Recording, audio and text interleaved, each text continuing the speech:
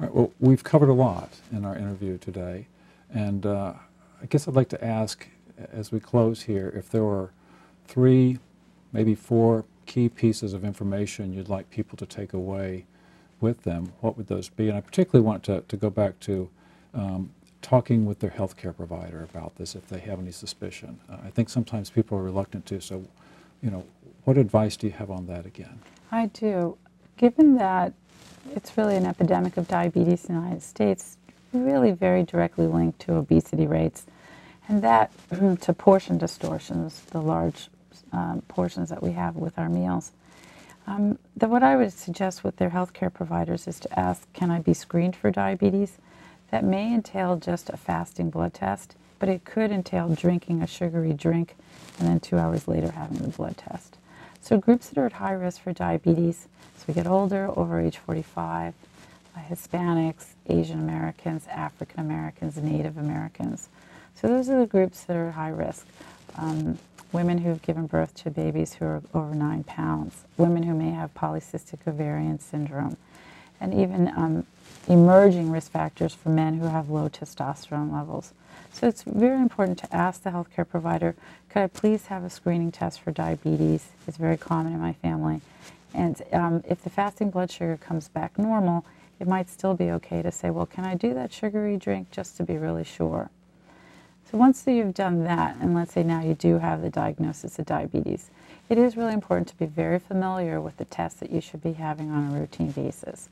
And that's why I think going to the American Diabetes Association, becoming a member, getting the magazines that are tailored for the lay public is really important for them to just remind healthcare providers. Me too.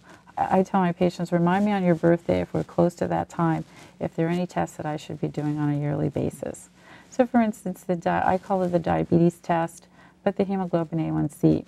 It measures on average what the blood sugars have been like for the past 3 months. That really should be done every 3 months. There may be a urine test to make sure that there isn't any protein leakage. That may require it to be every 6 months to a year. Cholesterol profiles. Having your eyes examined at least once a year. It could require more if there's a problem. Having your feet examined. Now, your healthcare provider can do that, and if they're satisfied that all is well, you don't need to see a podiatrist.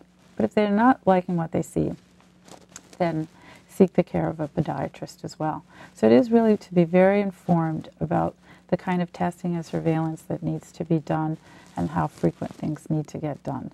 That, I think, will empower the patient to feel like they're in control. So that would definitely be what I would say. And then I think the last is more the psychological, is for them to understand that a change needs to happen. It will happen if they understand that, give themselves some time to make the adaptations. Don't beat themselves up if they have a slight relapse.